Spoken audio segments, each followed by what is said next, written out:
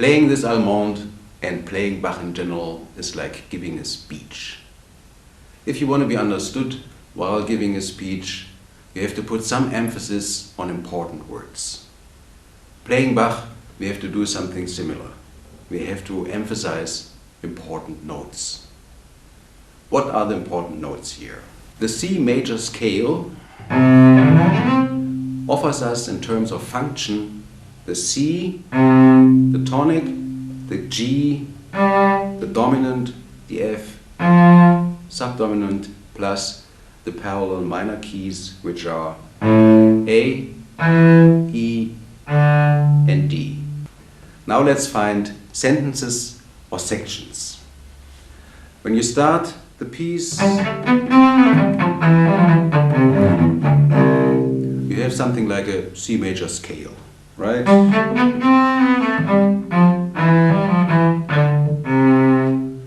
Bach introduces the key the piece is written in. Going on from here, he confirms C major again by passing the G, the dominant,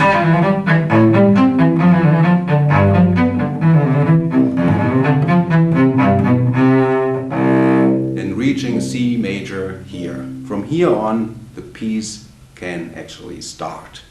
In this section, he gives us a short sequence. A, G, F, E. It's good to know when you play it. You can sort of hold on to it. G, F, E. From here on, he strongly aims towards G major, which is the dominant of C. He does it by introducing the F sharp here, and the whole D major chord, which is the double dominant of C and the dominant of G major. The following run ends on C, which is the seventh of D major, and has to resolve to B, which is, in this context, the third of G major.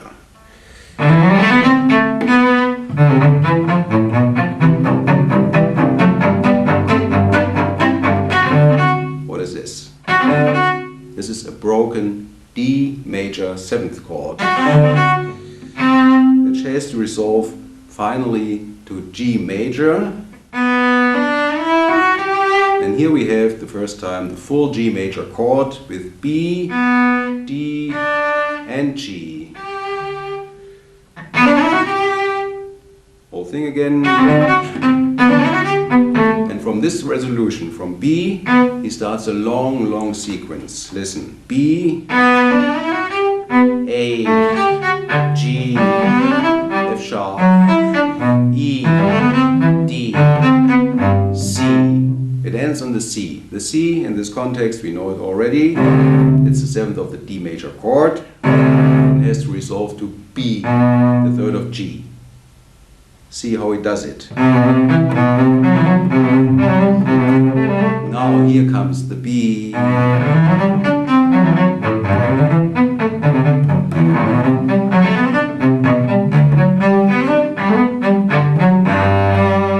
The first half ends on G, in G major, which is the dominant of C, setting up the tension which eventually leads us back at the end of the movement to C major. The second part starts.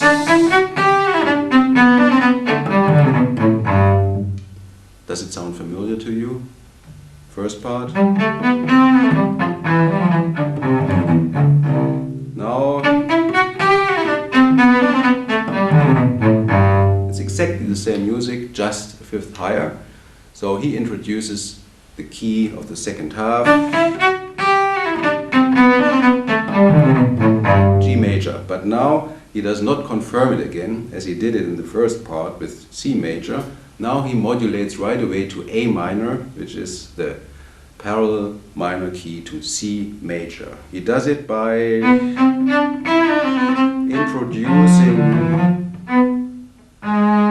the G sharp.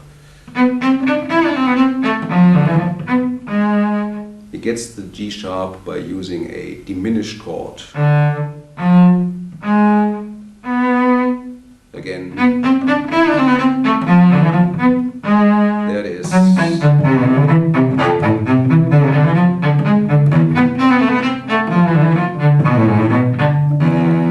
Watch. Remember this run? In the first part it was seventh of D, had to resolve to B. Now we have E,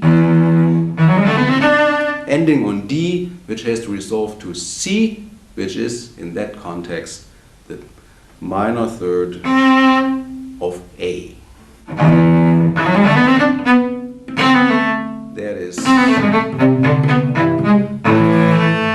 And there he reaches A minor, the parallel key to C major, so he's on his way to C major. Going on, he introduces the B flat, going to F major. Here, he introduces C sharp, going to D minor. Here, and now, all of a sudden, he gives us the G7th chord in a broken chord, which resolves to C major, and he is home. But remember the first part? We have had this already. Remember? And here in the first part started a sequence on the B, going down to C, and in the second part we have the same thing.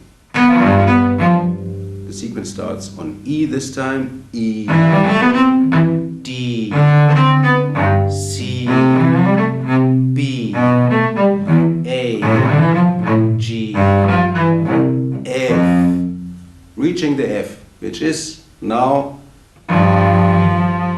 the seventh of G and has to resolve to E, the major third of C. Watch how he does it.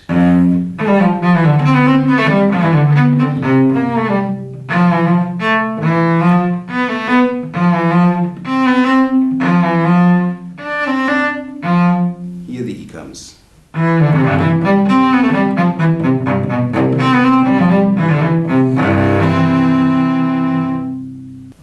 Okay, now we are relatively sure about the important notes and the so-called sentences, or in our movement, sections.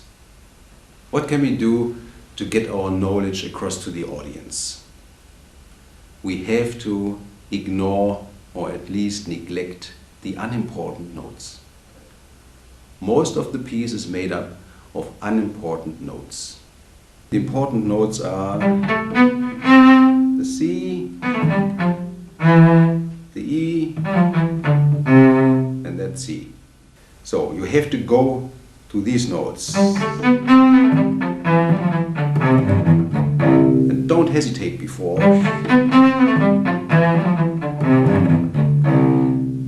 Go to it without hesitation. Go right into it. And the other notes you have to neglect. I demonstrate what happens if I play all notes equally important.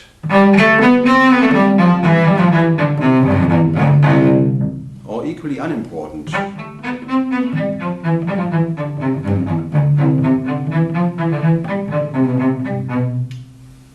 The piece doesn't make sense. It is ruined. So go to the notes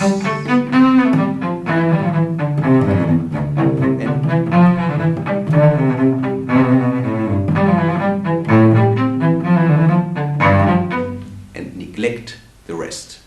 Finally, we have to decide what to do technically in order to present to the audience what we know and feel. Concerning the left hand, I recommend you to have a look at our chapters, the scale and double stops. Since all you need for the left hand is a secure intonation and some agility. For the bow, let me give you a few examples. In general, you need a relaxed and loose right arm. Because you have to be able to connect these short notes, the short single notes, with the legato ones.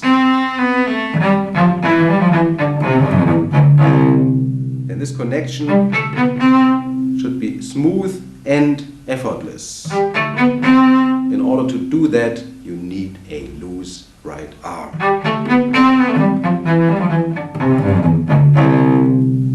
Secondly, to bring out the important notes, you have to be able to pull the bow suddenly without preparation, fast.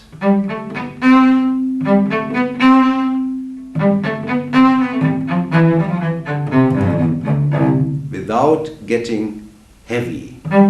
Don't accent the notes. No, the bow stays light, but you speed it up.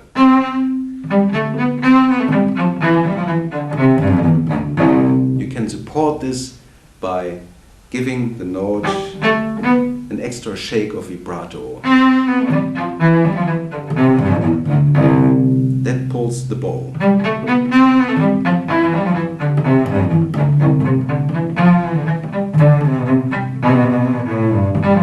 And so on. The last thing you should observe is your arm while you cross strings.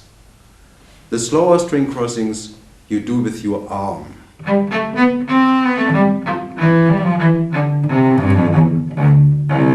And your arm goes ahead. It anticipates the string crossing.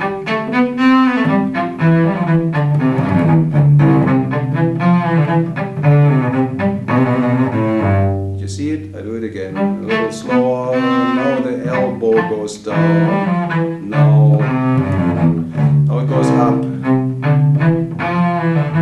Down. Up. Always a little ahead. Anticipation. The fast string crossings you execute by slight turning of your wrist. You can't do that with your arm. This broken chord, for instance. If you do it with your arm, it's too much effort. So you do it with your wrist.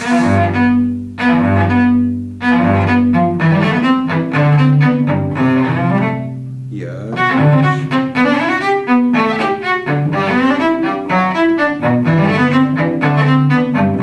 little exaggerated. But the fast string crossings you execute with your wrist, the slower ones with your arm. Concluding, I hope I could deepen your fascination of the Bach suites and especially of this Allemande, and I wish you as much fun practicing and playing it as I always have with it. Last remark, I played one wrong note. I'm sure you realized it. If not, look for it. Thank you for your interest. Take care and so long.